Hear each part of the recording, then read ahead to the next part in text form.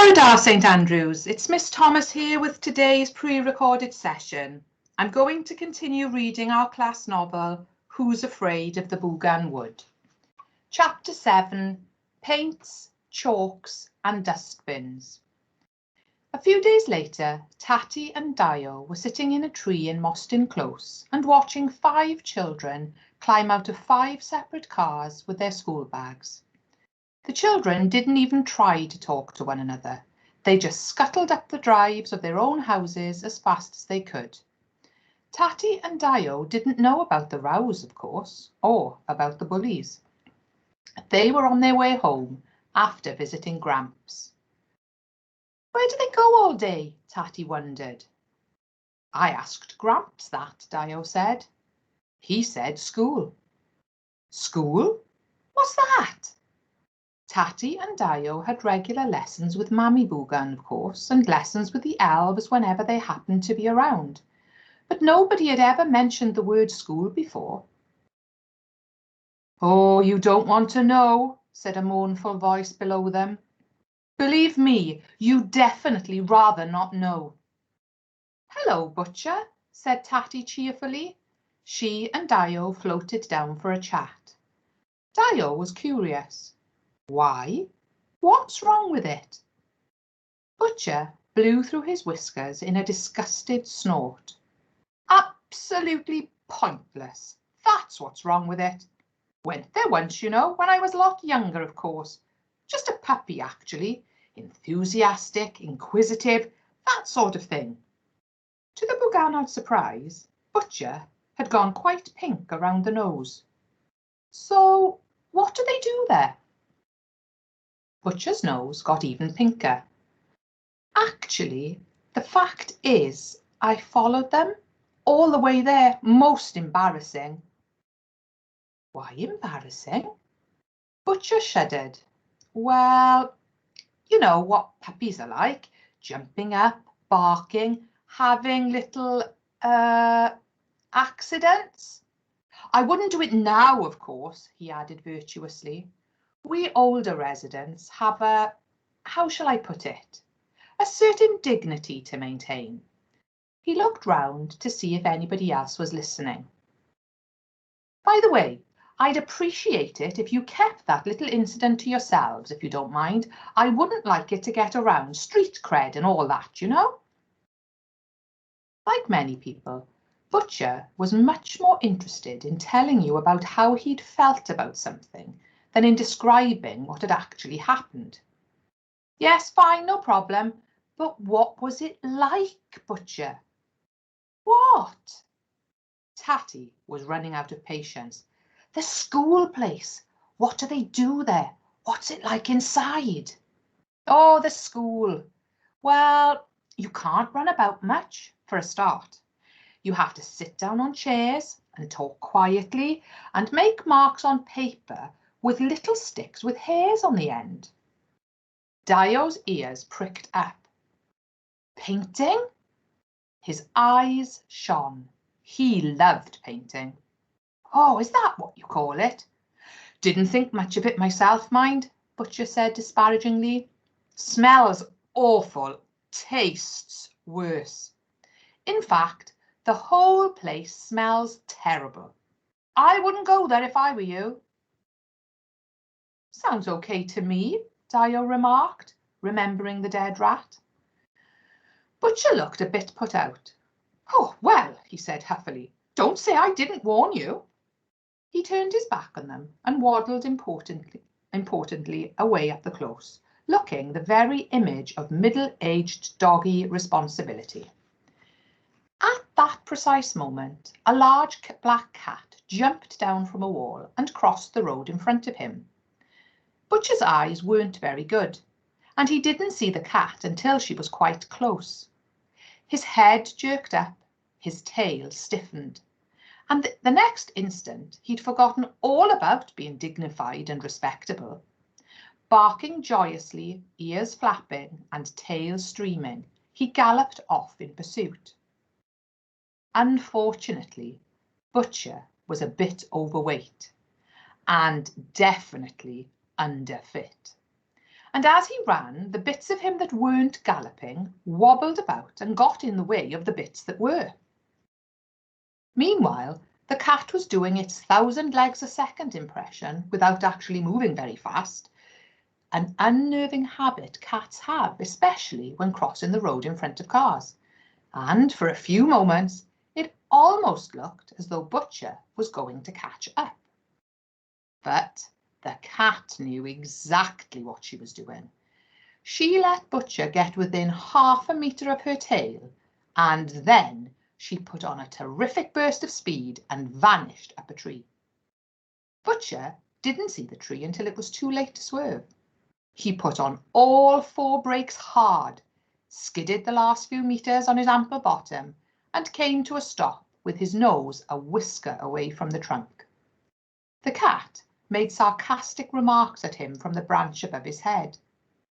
Tatty and Dio were laughing so much they nearly fell out of the bush they were in. It was mean of them, but they couldn't help it. Butcher had looked so funny. Butcher himself was utterly mortified. He picked himself up, shook himself all over, glanced round furtively to see if anybody besides the Bwganod had been watching, and then stalked away very deliberately with his nose in the air as if to say, "Who? Me? No, I never chase cats. Whoever you saw just then, it couldn't have been me."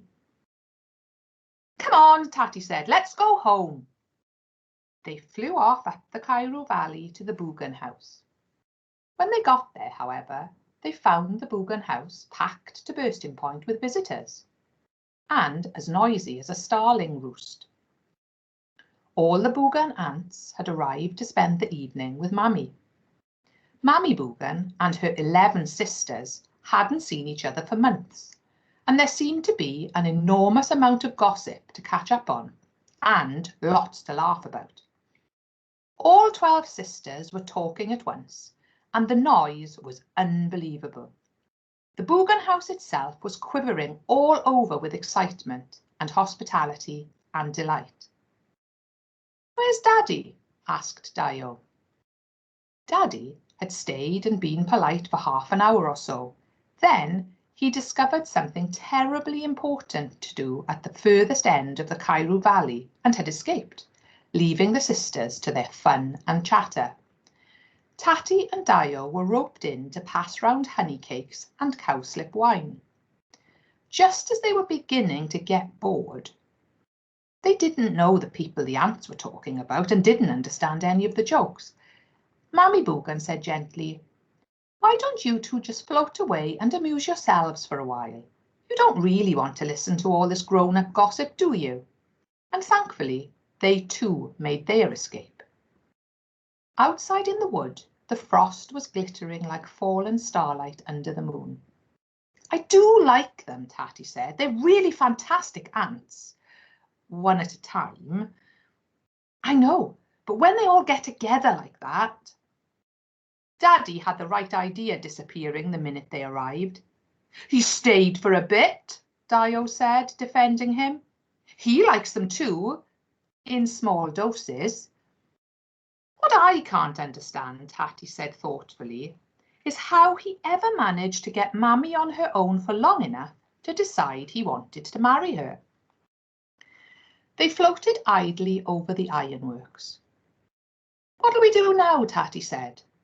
"We could go and find Daddy, or go and see Gramps again. Or we could go and have a look at this school place. What do you reckon?" Dio knew exactly what he wanted to do. "I want to see those paints." "Better find Butcher then," said Tatty. Butcher was snuffling round his garden in Mostyn Close. "Walkies, Butcher," Tatty called. "Oh, I say," said Butcher excitedly, and began to bark and jump about. Suddenly, his expression changed and he stopped. "Hang on a minute. What am I doing? I can't go on a you-know-what with you two." "Why not?" "Why not? Because self-respecting dogs Don't go on WALKS's with Bwganod. That's why not. I'd never live it down. You mean Wookies? Tatty said wickedly. Instantly, Butcher began to jump about and bark. He controlled himself with a big effort. Don't say that word, he pleaded. I can't help myself, and it's most embarrassing. It's what they called a conditioned reflex. Dio put on his best wheedling voice. Oh, come on, Butcher. Don't be a spoil sport. Nobody'll notice, and it's a lovely night for a you-know-what. Butcher wasn't completely stupid. He said suspiciously, where exactly do you want me to take you? The school, said Dio. What, all that way? You managed it when you were a puppy, Tatty said reasonably. It can't be all that far. Oh, please, Butcher, you're the only one who knows where it is. In fact, the school was further than they'd thought. Because Butcher was with them, they had to follow the main road with its shops and bright yellow lights and smelly, snarling cars. At first, Butcher trotted along with his tail tucked well down, muttering things like, oh, if anyone I know sees me with you two, I shall never live it down, never. And, oh, you do realise, don't you, that I could be arrested for this and put in the dog pound. After a while, however, the exercise cheered him up, and he began to give them interesting doggy bits of information about the places they were passing. My namesake, he said importantly, sniffing at a shop which had hunks of meat in the window. Charming fellow, great friend of mine. The school and the playing fields were like an island of darkness in the middle of the brightly lit housing estate. Even Mr. Johnson, the caretaker, had gone home, and everywhere was deserted. Bwganod, as you know, can see in the dark.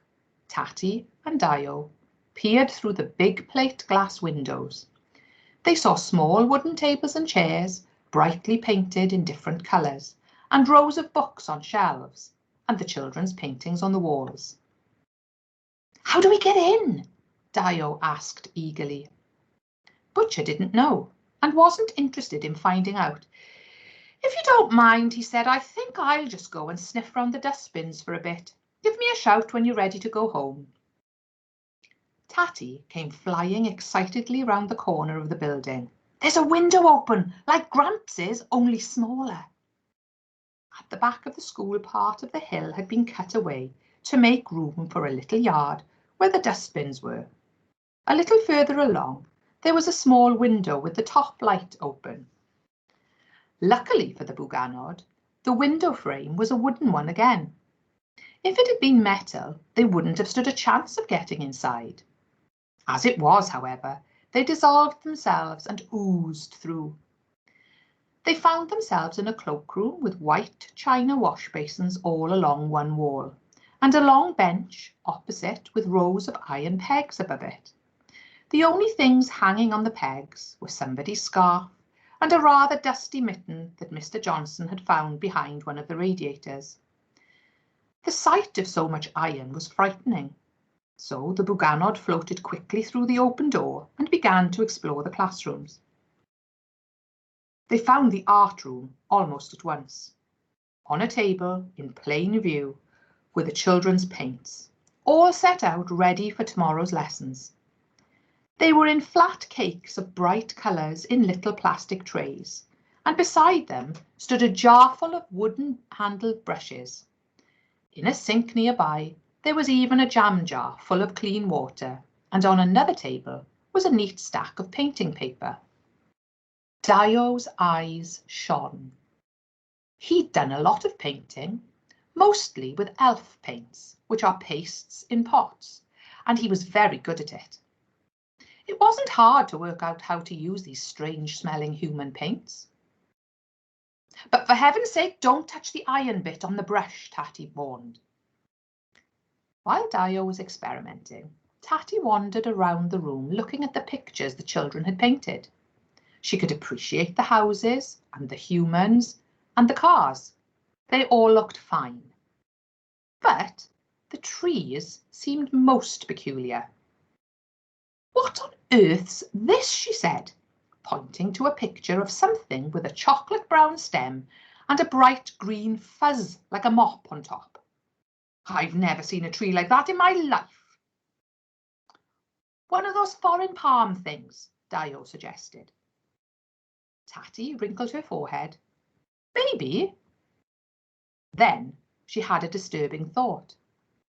Perhaps they can't see trees like we do. Dio snorted. "Oh, if you ask me, they don't really look at anything much. Tell you what, I'll paint them a real tree." They argued a bit about which of their many tree friends Dio should paint. "Derwin's nice. Or Gwern." "Gwern's a bit complicated," Dio said. "All those fiddly little cones and things." "No, I'll paint Esyllt, as she is now, in the autumn." Esyllt was a silver birch tree who grew in an old quarry just below the Bwgan house. She was a very beautiful young tree and one of their best friends. While Dio was painting, Tatty poked about and found some chalks in a tray beside the blackboard. Chalks are natural things, and once Tatty had found this out, she began to fill the blackboard with poems and stories in elf writing. Quite soon the blackboard was full, so she wrote on the walls on each side. Dio's painting of Esyllt was coming along beautifully. He painted with his eyes half shut so that he could see her better in his mind. He painted her leaves like a shower of gold, and her silver trunk with the black streaks on it, and her roots going down into the soil amongst the stones and the rabbit burrows and the earthworms. They were both so engrossed that they didn't hear Butcher's warning bark. What they did hear, very suddenly and alarmingly close, was the crash of breaking glass. Tatty and Dio froze. There was another crash, and the clinking sound of glass fragments falling. Then a lot of snuffling, low-voiced human laughter. The door of the art room was pushed open, and 3 large boys burst in. They were followed by a 4th, who was sucking his finger and complaining. "I cut my hand on that glass, I did." "Oh, shut up you," said the biggest boy. "Oh, look, it's bleeding, look." "I said shut up, didn't I?" The biggest boy looked round the room, which was faintly lit by the distant street lamps. "Right, this room first, okay? Everything into the middle. Who's got the spray cans?" "Me," said the next biggest. "Well, don't hang about, get a move on. Gwynfor, you go next door and start there." And, to the Bwganod's horror, the boys began to overturn the tables and smash the chairs and rip down the curtains and the pictures and tip the books off the shelves. Then they piled everything up in the middle of the floor. Crash went the table where Dio had been painting, and into the pile went all the paints and brushes. Dio's picture of Esyllt was torn away from under his nose and crumpled up with the rest. "Stop it! What do you think you're doing? Stop it!" Dio yelled, and dashed in amongst the boys. But they couldn't hear him, and they were so much bigger than he was that they couldn't even feel his kicks and punches. Meanwhile, the boy with the spray can was spraying paint all over the walls and the ceiling. Butcher appeared at the window, barking furiously. Tatty shouted to him through the glass. "Butcher, do something! Fetch the other dogs!" "On my way," Butcher barked. "Get the Nino car," he told her. "The what?" "The one with the flashing lights that goes Nino, Nino. It'll stop them. That's what it's for." "But how?" "Use the phone, dimwit," said Butcher, and dashed off. "Phone?" thought Tatty, and gulped. Gramps had a phone, and he'd told her all about the police. you pressed the 9 button 3 times and told the police where to come. But she was a Bwgan. The humans inside the phone wouldn't be able to hear her. And now one of the boys was bending down and striking a match. A corner of one of the papers in the pile caught fire, and flames began to curl and spread. Miraculously, there was still some water in the jar. Dio picked it up, dodged under the boy's arm, and poured water on the flames. They sputtered and went out. Then he hit the boy with the jam jar, hard. The boy backed away, clutching his bleeding nose and staring in horror at the jar, which had floated around all by itself. Did you see that? It hit me. That was when Tatty had her brilliant idea. She grabbed Dio's arm just as he was bracing himself for another punch. No, not that way. Frighten them instead. Leaving Dio to throw things, Tatty looked round frantically for something to cover herself with. Something not too heavy, which ruled out the curtains. In a little room just across the hall, she found a small bed covered with a clean white sheet. She draped herself in it and glided back into the art room. What's that? Said the boy who'd hurt his finger. Tatty waved her arms slowly up and down and began to float towards him. He gave a screech. It's a ghost! It's a ghost! All the boys had seen Tatty by now, a pale, eerie figure drifting soundlessly round the dimly lit room. She swooped threateningly over their heads, and they cowered in terror. Blimey! Brynmore whimpered. Let's get out of here! They made a rush for the door, but Tatty got there first. Then books and rulers and jars of paint began flying at the boys from all directions. One of the painting easels started walking round the room all by itself. Sobbing with fright, the big boys backed into a corner, ducking and squealing as things hit them on the head.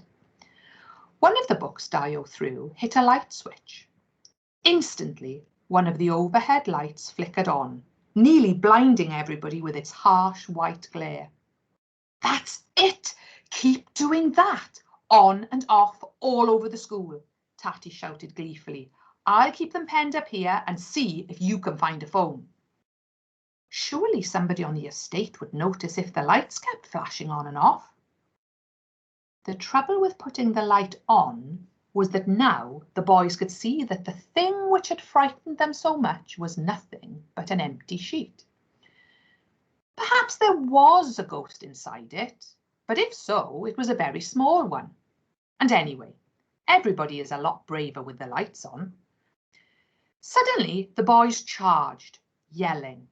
They hurled Tatty against the wall and burst out into the room with the broken window. And stopped, flabbergasted. Into the schoolyard, hundreds of dogs were pouring, with Butcher in the lead. Big dogs, little dogs, Alsatians and Labradors, and golden retrievers and terriers and collies and poodles and spaniels.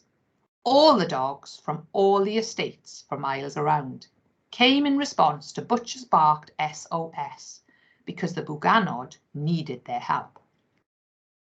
They leapt through the broken window and hurled themselves joyfully at the boys, growling and snarling and snapping their teeth.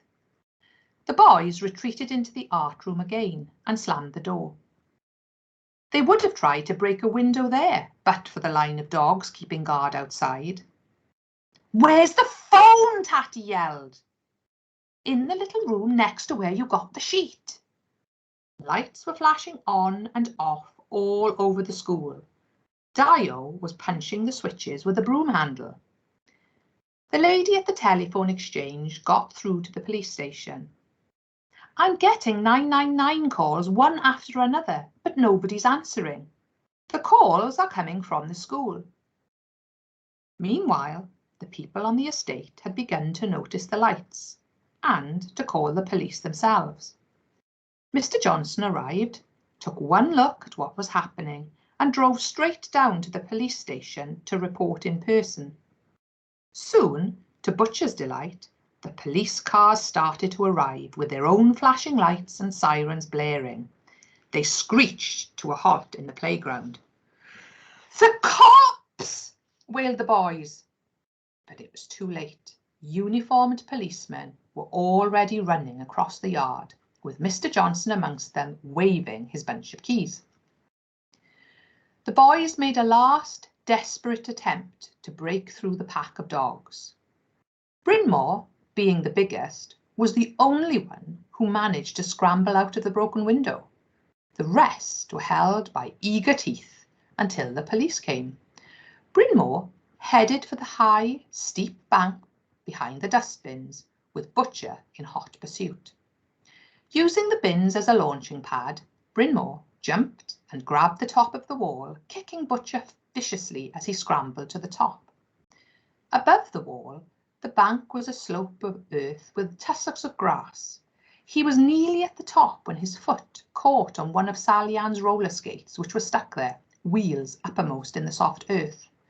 The wheels spun, his foot shot out from under him, and he began to slide back down the bank. He clawed frantically at the grass clumps, which pulled away in his hands, and then he fell, landing with a clanging, clattering crash amongst the bins and the garbage. Butcher himself stood guard over him, growling ferociously, until a policeman arrived to take the big boy away. Next morning, the teachers and the police inspected the damage. Everybody else had been sent home as soon as they'd arrived. "It could have been a lot worse," the headmaster said sadly. "There's still the broken window and the smashed furniture and the graffiti on the walls. But if that fire had taken hold, we would have lost the whole school." "We got them all anyway," the policeman said. "Nasty little bunch of bullies. Been hanging round the school for some time, I gather." The policeman had been talking to some of the children and their parents. Now that Brynmore and his gang had been caught, the whole story of the bullying had been coming out bit by bit. "Bullying is the one thing I can't stand," said the headmaster. "But if the children are too frightened to tell you about it, what can you do?" "What I don't understand," said the policeman, "is what all those dogs were doing here. And why were all the lights flashing on and off? And who was making those 999 calls? It's as though somebody was trying to warn us. It wasn't any of the boys, so who was it? The whole thing's a mystery, if you ask me." Later that day, the teachers started clearing up the mess in the art room. They looked wonderingly at Tatty's writing on the blackboard. "Weird," one of them said. "It looks like writing, but I've never seen a script like that before." "Whatever it is, it's beautifully done," another teacher said. The third teacher found Dio's crumpled painting and smoothed it out for them all to see. "Look at this. Whoever painted this is a genius. How many children do you know who see trees in this way?" "Oh, it's a complete mystery," the first teacher sighed. "None of those boys showed any interest in art or writing or anything else when they were at this school. But if it wasn't them, then who was it?" "Pity about the painting," Tatty had said to Dio as they'd made their way back to the Bwgan house. Dio shrugged. "Oh well, perhaps I'll do another one for them sometime. A great big huge one right across one wall. That'll show them," Tatty chuckled gleefully. "Won't it just?" said Dio smugly. Well, I hope you enjoyed the next chapter of the book, and I look forward to sharing what happens next in another session with you after half term. Keep up all the hard work you're doing at home, keep safe, and I'll see you soon. Da bo chi pawb!